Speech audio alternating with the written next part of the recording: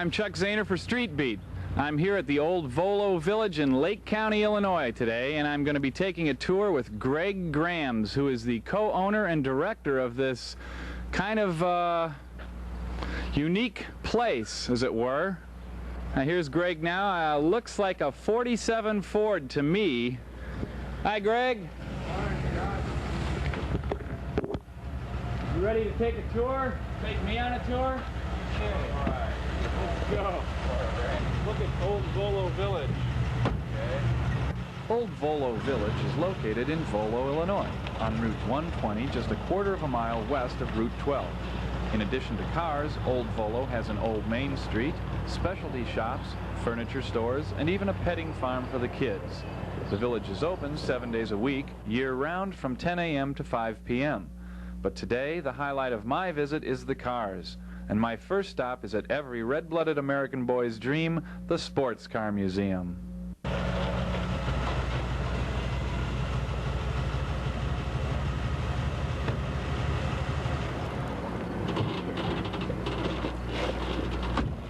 Sports cars.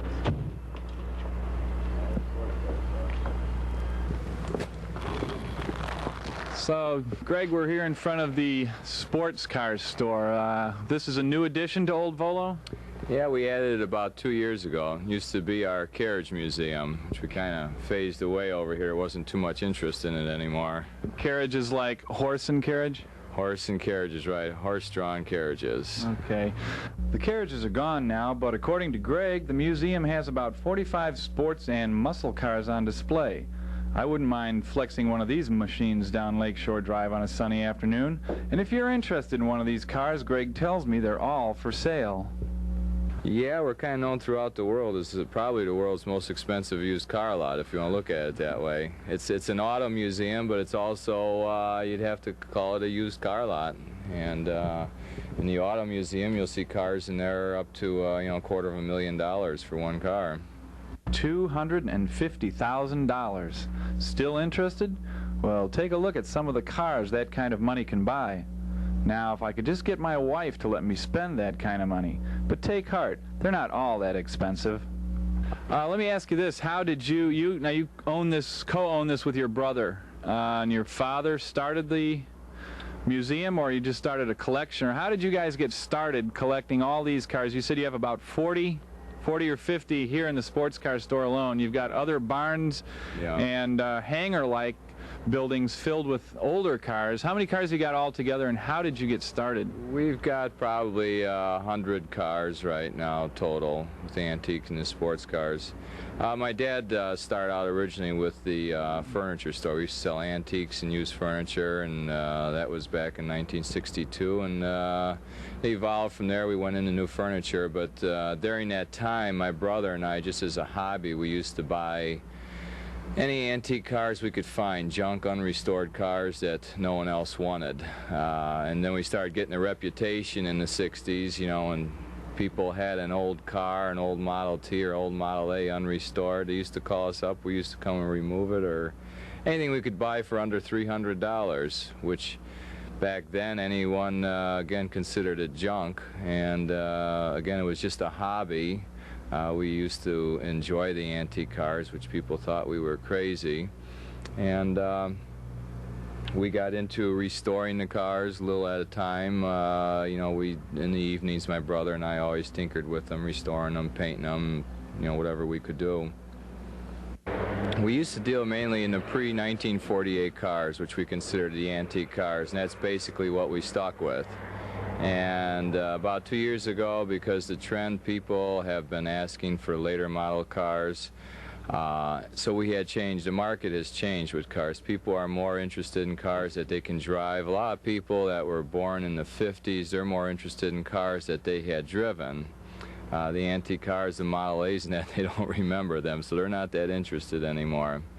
And again, time is costly now. People like cars that they can get in, drive, do 55 miles an hour, and they like some of the comforts, air conditioning, automatic transmissions, and parts are a little more available, and most of all, they're still investments.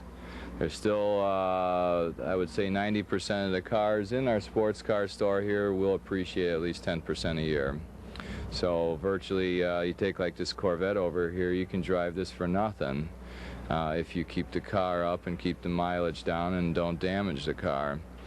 So I consider most of these cars not just used cars, but they're good investments. But of all the cars I've driven over here, I find the Mercedes SL being one of the most comfortable. That's my own preference of all the cars that I've had, from Rolls Royces to Ferraris. I enjoyed the 450 SL the best. That's my everyday driver. You've had a nice selection to choose from. Yeah. That's so the 450 SL is one of your favorites. What's the fastest car here? Do you have any? You don't have any race cars here, do you?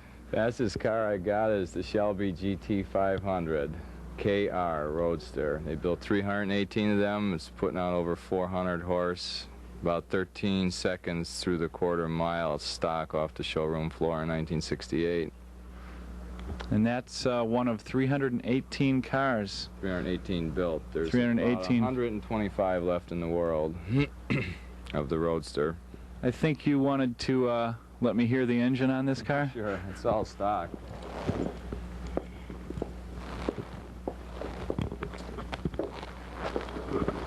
This is a beautiful car. If you have to leave and attend to business affairs, don't let me stop you, but Greg, thanks a lot for showing us around Volo today. Okay. I've enjoyed it, and I would recommend this place to anybody who has a love affair, as this country seems to, with cars. Greg, thanks a lot.